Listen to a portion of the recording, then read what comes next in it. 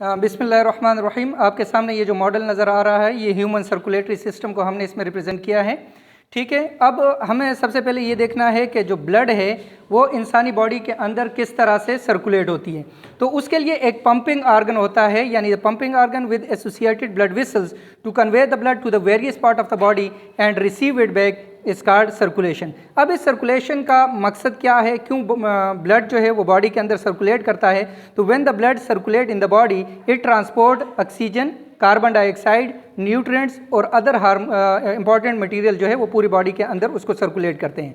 अब हमारी बॉडी के अंदर हमारा जो सर्कुलेटरी सिस्टम है इसके मेन हिस्से कौन कौन से हैं? एक तो हमारे पास जो हार्ट है ये सबसे बड़ा आर्गन है, ठीक है। इसके साथ साथ हमारे पास लंग्स हैं और इसमें आपके पास ये जो डिफरेंट ट्यूब आपको नज़र आ रहे हैं ये ब्लड वेसल्स है। इन ब्लड वेसल्स के अंदर हमारे पास जो है वो आर्टरीज हैं और वेन्स है। इसके अंदर इस कुछ सैरिंज के अंदर हमने ये दिखाया गया है, जो रेड ब्लड आपको शो हो रहा है ये हमारे पास ऑक्सीजनेटेड ब्लड है और इसमें हमारे पास ब्लू ब्लड को हमने शो किया है जो डी ऑक्सीजनेटेड ब्लड को यहाँ पे रिप्रेजेंट कर रहा है, ठीक है।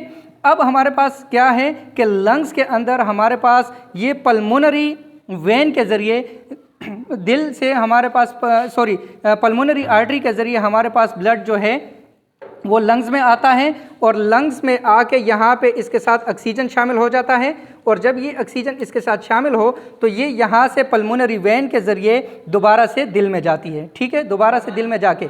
अब हमारे पास जब दिल के चार हिस्से हैं, ऊपर वाले को हम कहते हैं लेफ्ट आरिकल, राइट आरिकल और राइट वेंट्रिकल, लेफ्ट वेंट्रिकल। अब हमारे पास जो लेफ्ट आर्ट्रियम है या लेफ्ट आर्ट्रिया है इसके अंदर पल्मोनरी वेन के ज़रिए ऑक्सीजनेटेड ब्लड आता है और ये ऑक्सीजनेटेड ब्लड यहाँ से लेफ्ट वेंट्रिकल के ज़रिए जिस्म के बाकी हिस्सों तक ट्रांसपोर्ट होता है। अब यहाँ पे हमारे पास सुपीरियर वेना कावा है। ये सुपीरियर वेना कावा गैर ऑक्सीजन यानी D oxygenated blood from the upper part of the body दिल की तरफ लेकर आती है, ठीक है, और नीचे से इंफीरियर वेना कावा के ज़रिए डी ऑक्सीजनेटेड ब्लड हमारे पास दिल में आती है। अच्छा, अब हमारे पास दो चीज़ों को समझना ज़रूरी है कि वेन्स हमारे पास वो ब्लड वेसल्स है जो जिस्म के तमाम हिस्सों से खून को वापस दिल की तरफ लेकर आती है और आर्टरीज हमारे पास वो ब्लड वेसल्स हैं जिसके अंदर एक्सेप्ट पल्मोनरी आर्टरी जो है वो तमाम जो जितनी भी आर्टरीज है वो ऑक्सीजनेटेड ब्लड जिस्म के बाकी हिस्सों तक की तरफ जाती है।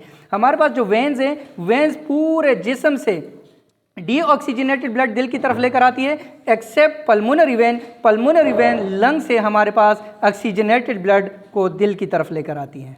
Thank you.